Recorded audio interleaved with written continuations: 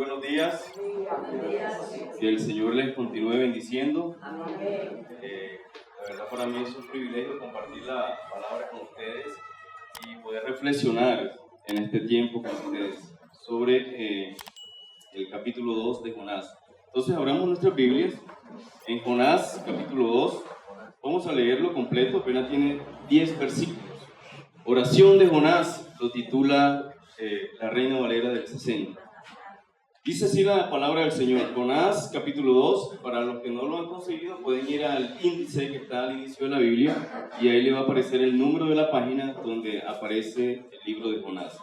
Bueno, ubíquese más o menos a la mitad de la Biblia en los profetas menores, que está después de Amós y Abdías. Oración de Jonás, dice de esta manera: entonces oró Jonás a Jehová su Dios desde el vientre del pez, y dijo: invoqué mi angustia a Jehová, y él me oyó. Desde el seno del Seol clamé, y mi voz oíste. Me echaste a lo profundo en medio de los mares, y me rodeó la corriente.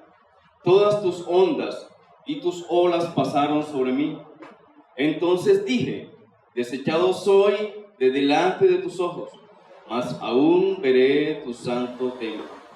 Las aguas me rodearon hasta el alma, rodeóme el abismo. El alga se enredó a mi cabeza, descendí a los cimientos de los montes. La tierra echó sus cerrojos sobre mí para siempre.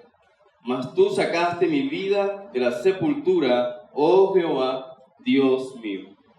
Cuando mi alma desfallecía en mí, me acordé de Jehová, y mi oración llegó hasta ti en tu santo templo. Los que siguen vanidades ilusorias, su misericordia abandona. Mas yo con voz de alabanza te ofreceré sacrificios, pagaré lo que prometí. La salvación es de Jehová. Y mandó Jehová al pez, y vomitó a Jonás en tierra. Señor, en esta mañana agradecidos estamos por tu presencia, Señor, en medio nuestro. Gracias por regalarnos este espacio donde podemos levantar nuestra voz y alabarte. También es un espacio donde podemos reflexionar sobre las Escrituras. Por eso te ruego, Señor, que tu palabra sea pertinente en el día de hoy para nuestra vida, para nuestro corazón, y que nos invite, Señor, a hacer ajustes en nuestra vida, para cada día, Señor, obedecerte, vivir vidas de obediencia, agradarte cada día más con una vida santa que se ajusta cada día, Señor, a lo que tú esperas de nosotros. Ayúdanos en el nombre de Jesús, por medio de la intervención del Espíritu Santo, y que todo lo que ocurra, Señor, en este tiempo de reflexión bíblica sea conforme, Señor, a tu voluntad, y que se haga con decencia y con orden. En el nombre de Jesús, Señor, te lo ruego. Amén y amén.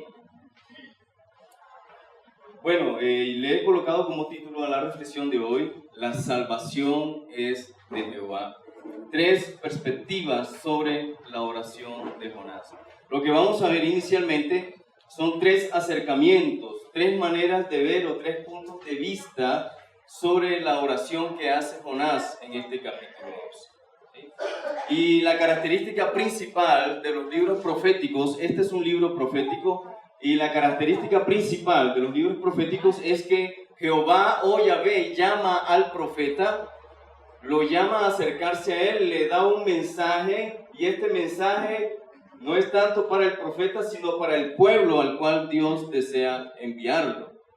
En este caso, algunos dicen que la profecía de Jonás es única, porque parece ser que Jonás es el único profeta que no es enviado al pueblo de Dios, sino que es enviado a un pueblo pagano. Y de acuerdo a la predicación del domingo pasado, ¿a dónde es que Jehová envía a Jonás? Nínive. Y Nínive era una ciudad de qué imperio o de qué país, por así decirlo. De los asirios, ¿verdad? De los asirios. Y los ninivitas tenían una característica que el pastor Nicolás nos explicó el domingo pasado, y es que eran muy crueles. Eran muy crueles. Tal vez por eso fue que Jonás evitó y no quería ir a Nínive a llevarle un mensaje de salvación a estos perversos, porque eran los enemigos del pueblo de Israel. Dicen algunos comentarios que ellos tenían como la característica, en la medida que sometían a los pueblos, de desmembrar a sus enemigos, cortarles las manos, las piernas, la cabeza y exhibir eso como trofeo, y les dicen o se someten o se someten.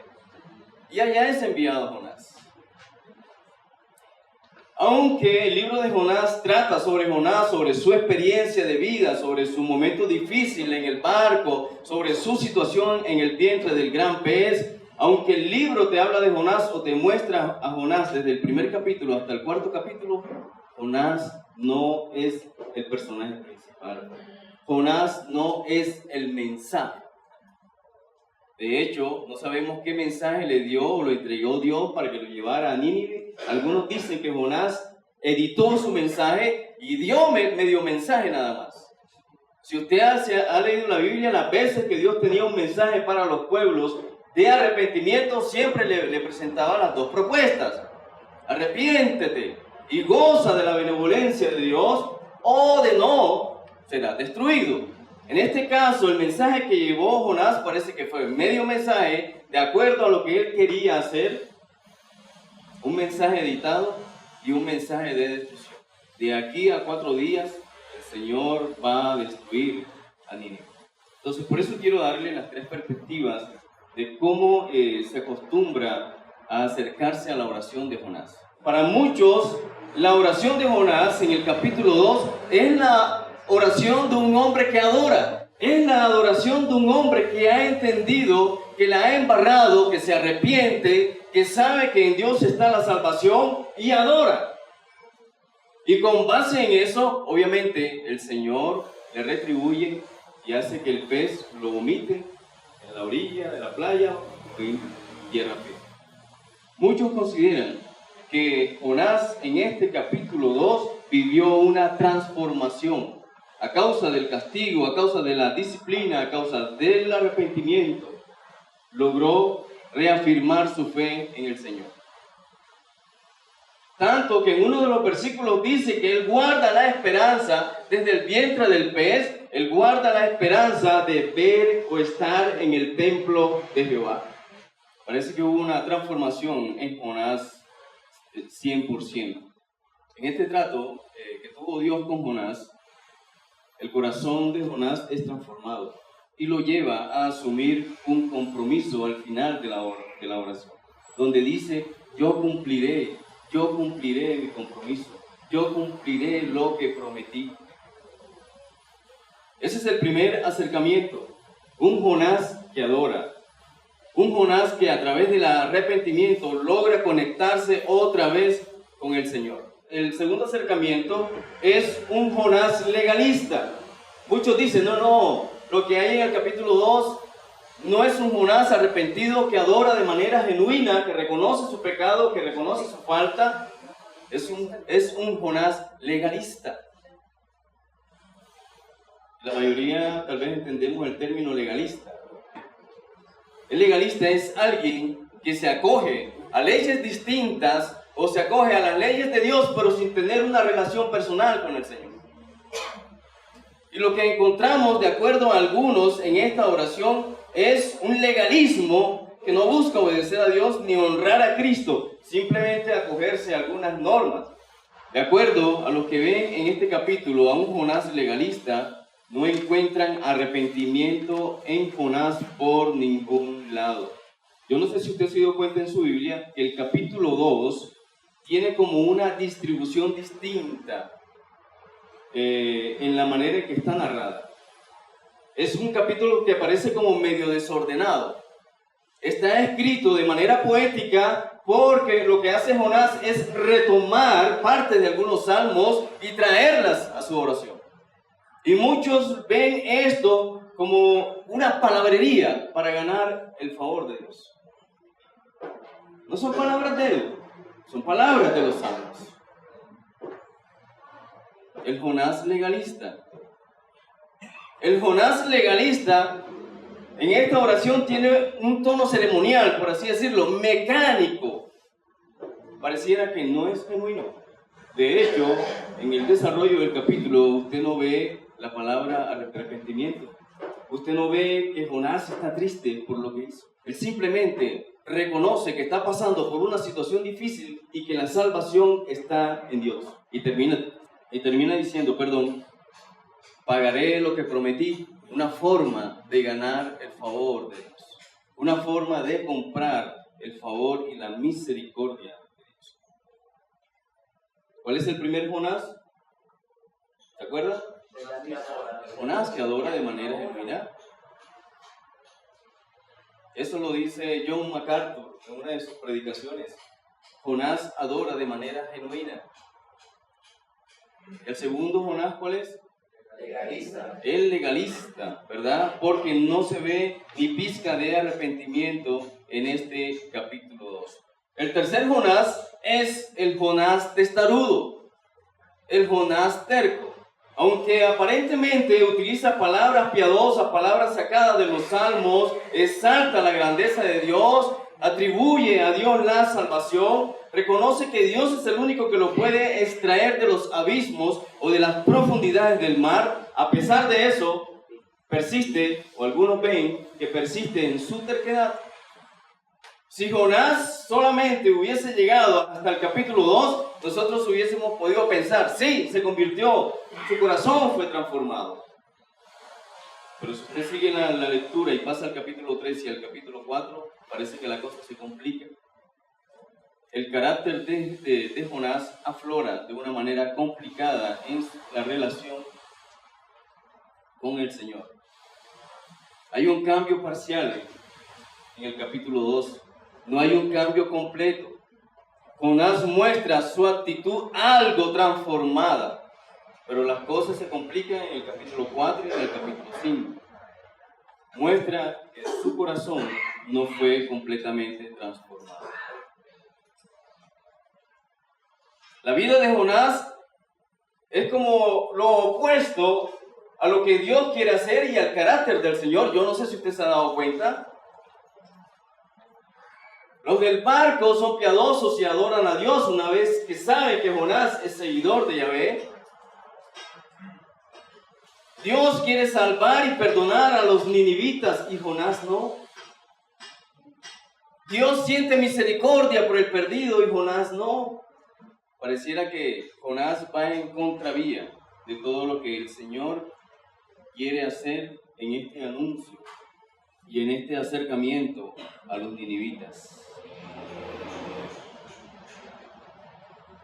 Y algunos dicen que aunque Jonás reconoce a Dios en su oración, su fe no es simple ni inmediata.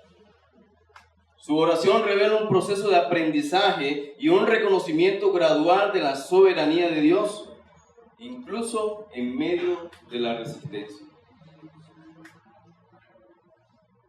Ese es el tercer Jonás. Primero, el Jonás que adora de manera genuina. No hay duda de que ha sido transformado, no hay duda de que se arrepintió y que creyó en Dios y que reactivó su relación con el Señor. El segundo Jonás es el legalista. Aparenta, ¿verdad? Aparenta buscar ese favor del Señor, buscar la reconciliación con el Señor. Y el tercero es el testarudo. Y les he mostrado estas tres cosas para decirle que Jonás no es el mensaje. Para decirle que la experiencia de Jonás ni siquiera es el mensaje. Dios utiliza la experiencia de Jonás porque Él quiere mostrar otra cosa. Es más, el mensaje era para los ninivitas, pero más que todo para el pueblo de Israel. Era el pueblo de Israel quien necesitaba entender a su Dios.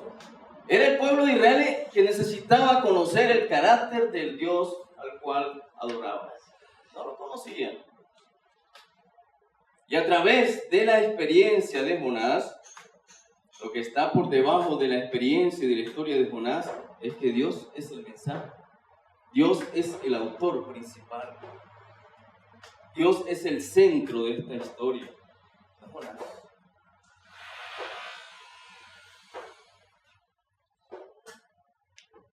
El carácter y la persona de Jonás y todos los hechos que rodearon la desobediencia de Jonás son para resaltar y para dar a conocer a Dios como misericordioso. Dios quería mostrarse como el Padre de misericordias, como el Dios que es benévolo, que quiere encontrar y rescatar a su creación. El carácter y la persona de Jonás contrasta y revela al Dios de Israel. No sé si usted lo había visto de esa manera. De la historia de Jonás o de la experiencia de Jonás podemos aprender y sacar muchos principios importantes. Por ejemplo, ¿qué aprendemos de la historia de Jonás? ¿Cómo responder en medio de crisis? ¿Verdad? Eso lo podemos extraer de la experiencia de Jonás y de la oración de Jonás. ¿Cómo responder de manera adecuada en una situación extrema, en una situación de crisis? Eso es un principio que podemos extraer de ahí. Otro principio que podemos extraer es que Dios utiliza las situaciones extremas, utiliza las crisis para transformar nuestro corazón y para afirmar nuestra fe. Ese es otro principio, pero no son el mensaje principal. Los profetas en la antigüedad eran convocados y llamados por Dios para llevar el mensaje al pueblo de Israel. En este caso, Jonás es mandado a este pueblo crucial y difícil de Nínive. Dios desea, bueno, me imagino que en el capítulo 4 lo verán, Dios desea que aquellos que estaban en Nínive, que no sabían distinguir entre su mano derecha y su mano izquierda, Dios deseaba para estas personas que alcanzaran la redención y que alcanzaran el favor de Dios a través del arrepentimiento. Y Jonás es enviado a esta comunidad. Nínive necesitaba escuchar el mensaje de Dios. Lo escuchó y se arrepintió, y es lo que ustedes verán en los próximos capítulos. Pero el libro de Jonás es configurado y es colocado dentro del canon bíblico para mostrar, primeramente, que el pueblo que necesitaba conocer a Dios era Israel, no Nínive. Igual, si el libro sigue estando en el canon, significa que sigue siendo relevante, no solamente para el pueblo, o para los pueblos, o para el pueblo de Israel, sino también para la iglesia. El libro de Jonás nos sigue hablando en la actualidad. El mensaje que encontramos en el libro de Jonás no fue un mensaje que se quedó en el pasado con los ninivitas. El mensaje que encontramos en el libro de Jonás es un mensaje que es pertinente tanto para el que cree como para el que no cree. Porque el libro de Jonás demuestra el carácter, la misión y el plan que tiene Dios, no solamente para su pueblo, sino para la humanidad entera. La historia del profeta Jonás es portadora de un gran mensaje, un mensaje que tiene que ver con Dios, con sus planes, con su misión, con su proyecto. La historia de Jonás no fue un cabo suelto, no fue una historia más. De hecho, es un hecho o una historia milagrosa. Tanto que la ciencia no cree que la experiencia de Jonás haya sido un hecho real. La ciencia ve como imposible que alguien sobreviva 3 días y 3 noches en el vientre de un gran pez. Lo que describe Jonás en su oración es aterrador, y de allá lo extrajo o lo sacó el Señor. Para ir entrando en la verdadera historia, o de lo que está debajo de la historia de Jonás, o de la experiencia de Jonás, la historia de Jonás se convirtió en sombra de lo que más tarde sería la maravillosa obra de Dios en su Hijo Jesucristo. La historia de Jonás y la experiencia con el gran pez prefigura o apuntaba o sigue apuntando a la obra de Cristo. No era algo fortuito, no era algo que Dios se sacó debajo de la manga a último minuto. La historia de Jonás estaba planeada por el Señor. Y Dios usa a un hombre testarudo para revelarse a sí mismo como el Dios y Padre de misericordias. La experiencia de Jonás prefigura la muerte y la resurrección de nuestro Señor. Es un preanuncio de lo que ocurriría en la cruz del Calvario. Por eso es un libro que no podemos tomar a la ligera, por eso es una historia que no podemos tomar a la ligera. Cuando Jesús retoma su discurso, vamos a Mateo capítulo 12, por favor. de versículo 39 al 41. Dice de esta manera, Mateo capítulo 12. Entonces respondieron algunos de los escribas y de los fariseos diciendo: Maestro, deseamos ver de ti señal. Deseamos ver de ti señal. Queremos ver que tú seas respaldado por Dios. Queremos ver de dónde saliste tú y por qué haces las cosas que haces. Muéstranos una señal, por favor. Haznos un milagrito. Haznos un milagrito. Él respondió y les dijo: la generación mala y adúltera demanda señal, pero señal no le será dada, sino la señal ¿de quién? Del profeta Jonás. Jesús está reconociendo la historia y la experiencia del profeta Jonás como un hecho real, pero no tanto como un hecho real, sino como un hecho que le señalaba a él mismo. Por eso les decía ahorita que la experiencia y la vida de Jonás prefiguraban o apuntaban a la cruz, apuntaban a la muerte y resurrección de nuestro Señor Jesucristo. Versículo 40.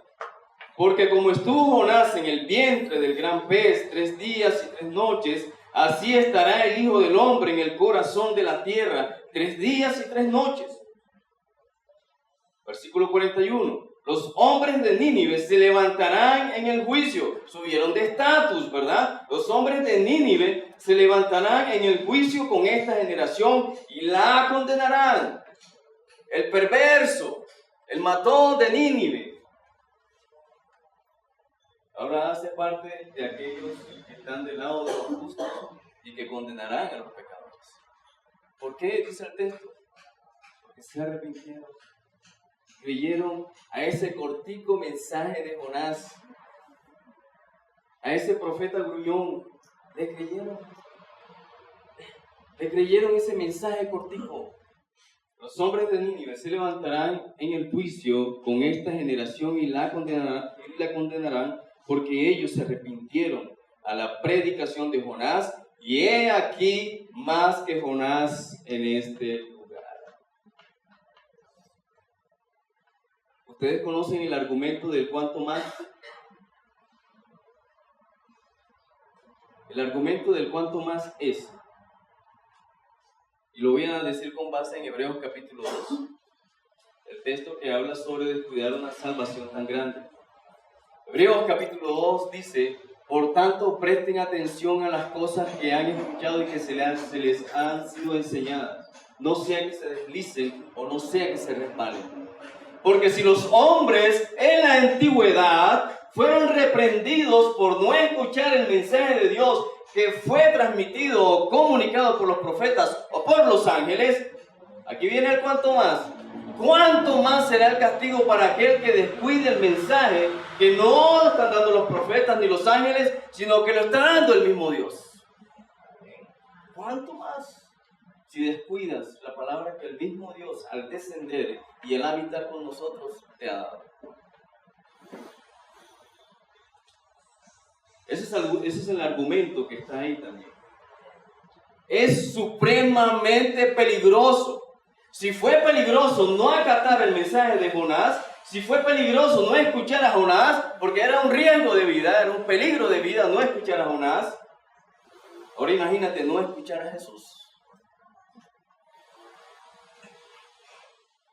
No prestarle atención a Jesús es más complicado, es más peligroso, porque Jesús es superior a Jonás. El mensaje de Jesús es superior y mejor que el de Jonás. Las prebendas o los beneficios que trae Jesús para todo aquel que le escucha eran mayores que los de Jonás. La autoridad de Jesús era mayor que la de Jonás. Es más, Jesús es Dios mismo. El Dios que se manifestó, ¿verdad? Y que quería salvar a los ninivitas, ahora ha venido en persona. Ahora ha venido en persona a anunciarnos un mensaje de gracia y arrepentimiento. He aquí a uno mayor que Jonás, dice el Señor. He aquí a uno mayor que Jonás.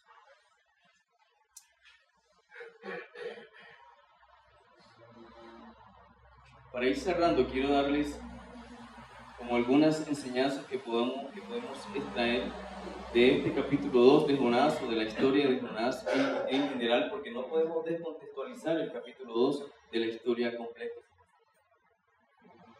Algunas cosas de aprendizaje y que te lleves para la casa. Porque alguna vez Pablo le dijo a Timoteo que estamos viviendo tiempos peligrosos. Estamos viviendo tiempos peligrosos. Y no por las balaceras que se presentan en las comunas. Estamos viviendo tiempos peligrosos. Y no precisamente porque por allá ande un pez grande o volador que se está tragando a los cristianos tibios o fríos, tampoco. Estamos viviendo tiempos peligrosos. Y ese peligro emana de corazones descuidados y de corazones carnales. Cuando Pablo le describe a Timoteo el peligro de los últimos tiempos, lo que está describiendo es el carácter de los hombres perversos, amadores de sí mismos, impetuosos, groseros, desobedientes a los padres, traidores, mentirosos. Ese es el peligro del cual habla Pablo y le habla Pablo a Timoteo. Con base en la enseñanza y con base en el contexto de Mateo y cómo Mateo o Jesús utiliza la historia de Jonás, quiero darte algunas cositas para implementar y para vivir. En primer lugar, cuidemos nuestro corazón de las soberbias. Cuidemos nuestro corazón de las soberbias que nos hacen andar siempre en contravía y en dirección opuesta a nuestro Dios. Guardemos nuestro corazón de las soberbias. Donde yo estoy trabajando en este momento, no sé si Enoch está por acá, Enoch está por acá, ¿verdad? Estamos trabajando con un proyecto de carpintería y yo soy instructor de carpintería a unos muchachos que tienen deficiencia psicosocial. Y en la carpintería hay dos muchachos que se me olvidó como el diagnóstico, pero todo te lo contradicen. Todo te lo contradicen. Y tiene que ver con su deficiencia. Todo te lo contradice. Y es molesto, es incómodo y a veces es frustrante tratar de enseñarle a alguien cómo es la cosa y él dice, no es así, no es por ahí. Eso hizo Jonás. Y eso hacemos nosotros cuando nuestro corazón se ensoberbece. Recordemos que el soberbio no tiene parte y no tiene la oportunidad de relacionarse con nuestro buen Dios. La Escritura dice que Él al soberbio mira de lejos y al humilde atiende. Guardemos nuestro corazón de las soberbias que a veces nos hacen navegar en contravía. En segundo lugar, cuidar nuestro corazón de ese legalismo. Ese legalismo que cree que nosotros somos los únicos o que tú eres el único que te merece la gracia de Dios, que te merece ser bendecido, que te merece disfrutar de la relación con el Señor y el otro no. Y el pastor Nicolás lo ilustró el domingo pasado con una invitación a levantarnos si estamos durmiendo y compartir ese mensaje de gracia, porque otros también lo necesitan. Compartir el mensaje de salvación que tiene Dios también para otros, así como nosotros lo estamos disfrutando hoy. En una de las iglesias en la que estuve como pastor, tuvimos la lidia con uno de los ancianos de muchos años ancianos. Y en una reunión donde estaba siendo confrontado, porque tenía como una mala actitud hacia los nuevos. Y esto no era un problema que tenía porque era nuevo en el Evangelio, era viejo, tenía muchos años de experiencia. Y en una reunión donde se le confrontó, él confesó y dijo esto: lo que pasa es que yo lucho con el pensamiento de que yo creo o puedo saber que los que entran por la puerta, quién es salvo y quién no. Y cuando yo creo que alguien no es salvo, no lo trato. Así está dentro de la iglesia. como quien dice, yo soy el que lo merece. Yo soy el que merece estar acá. Tú no. Yo soy el que merece tener una relación con el Señor. Tú no. Yo soy el que merece ser bendecido. Tú no. Por las razones que sea. Y Jonás las tenía. Guardar nuestro corazón de ese legalismo que a veces se abriga en nuestro corazón. Ese legalismo que nos hace pensar que somos los únicos que merecemos la misericordia de Dios. Tercero, cuidar nuestro corazón de la apatía y la pereza. El miedo que a veces nos paraliza y nos impide hablar a otros de Dios.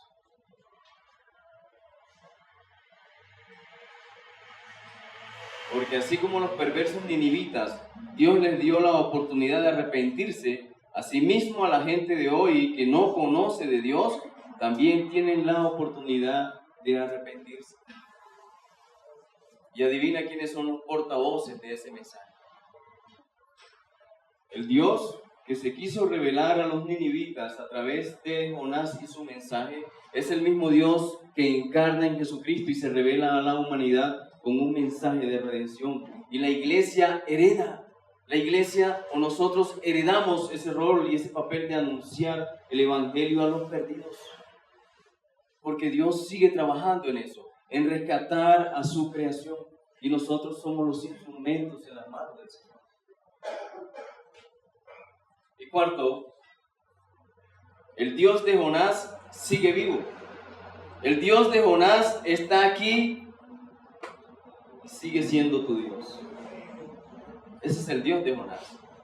El mismo Dios que no desea que ninguna de sus ovejas se pierda, dice en Mateo capítulo 18, aquel Dios que no desea que ninguna de sus ovejas se pierda, es el mismo Dios que no quiere la muerte del que peca. Es el mismo Dios que te dice, ama a tus enemigos porque Él los ama también.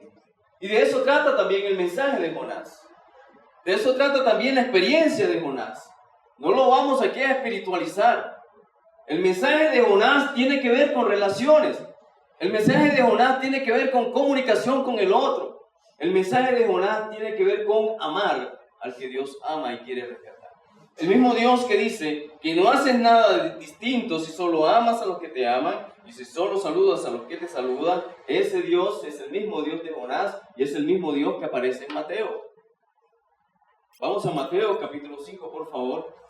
Mateo capítulo 5, versículo 38, el amor hacia los enemigos. El amor hacia los enemigos. Y con este sermón es que el Señor Jesús inicia su ministerio. El famoso sermón del monte o sermón de la montaña, donde habló de muchas cosas y dentro de esas muchas cosas habló del amor a los enemigos. Mateo capítulo 5, versículo 38, dice el Señor Jesús, oísteis que fue dicho, ojo por ojo y diente por diente. Pero yo os digo, no resistáis al que es malo. Antes, a cualquiera que te hiere en la mejilla derecha, vuélvele también la otra. Y al que quiera ponerte a pleito y quitarte la túnica, déjale también la capa. Y a cualquiera que te obligue a llevar carga por una milla, ve con él 2. Al que te pida, dale. Y al que quiera tomar de ti prestado, no se lo rehuses. En esta porción que yo les he leído, lo que está queriendo comunicar el Señor Jesús es, a ti te enseñaron el ojo por ojo y el diente por diente, ¿verdad? Que fue una medida que surge como para frenar la violencia y el abuso. Si a ti alguien te da una cachetada, lo mucho que puedes hacer es darle una cachetada. No le puedes arrancar la cabeza. Darle una cachetada. Esa es la norma para evitar el abuso y la violencia. Pero Jesús dice, no, ya no es así. Hay que evitar la violencia. Por eso, si alguien te quiere quitar la capa, dale la capa. Si alguien quiere que le camines o le acompañes una milla, ve con él 2. Evitar la violencia. Inmediatamente introduce otro, oístes, versículo 43, oístes que fue dicho, amarás a tu prójimo y aborrecerás a tu enemigo. una mala interpretación del mandato bíblico. Pero yo os digo, amad a vuestros enemigos, bendecid a los que os maldicen, haced bien a los que os aborrecen, orad por los que os ultrajan y os persiguen, para que seáis llenos de vuestro Padre que está en los cielos, que hace salir su sol sobre malos y buenos, y que hace llover sobre justos e injustos. Ese es el carácter de nuestro buen Dios. Ese es el carácter del Dios de Jonás. Ese es el carácter del Dios que se revela en Jesucristo. Es el carácter de nuestro Dios. Un Dios que no hace excepción de personas. Un Dios que es benévolo. Versículo 46 dice: porque si amáis a los que os aman, ¿qué recompensa tendréis? ¿No hacen así también los publicanos? Y si saludáis a vuestros hermanos solamente, ¿qué hacéis de más? ¿No hacen también así los gentiles? Sed pues vosotros perfectos, como vuestro Padre que está en los cielos es perfecto. Interesante.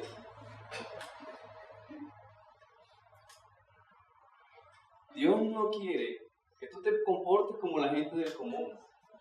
Dios no quiere que te comportes como el publicano o como el gentil. Aman o amaban a los que les amaban y saludaban a los que les saludaban. Si él no me saluda, yo no lo saludo. Si él no me ama, yo no lo retroalimento. No hay feedback, no hay relación. No estás haciendo nada, dice el Señor. Es más, ni siquiera te pareces a mí, dice el Señor. Ni siquiera eres como yo. Sed pues vosotros perfectos, como vuestro Padre que está en los cielos es perfecto. Es allá donde nos quiere llevar el Señor. Es eso lo que Dios quería que Jonás entendiera. Y esa era la lucha de Jonás con Dios. Que yo te conozco, Señor, tú eres muy débil. Pero ya los otros predicadores les hablarán de eso. Sé pues vosotros perfectos, como vuestro Padre es perfecto. Hay un dicho popular que dice: hijo de tigre, sale pelado. En el contexto de la iglesia no se da. En el contexto de la iglesia no se da. Muchos de nosotros nos creemos hijos de Dios y no tenemos ni una sola pinta. Entonces cambiemos el dicho para que nos vayamos a casa. Hijo de tigre debe salir pintado. Ese es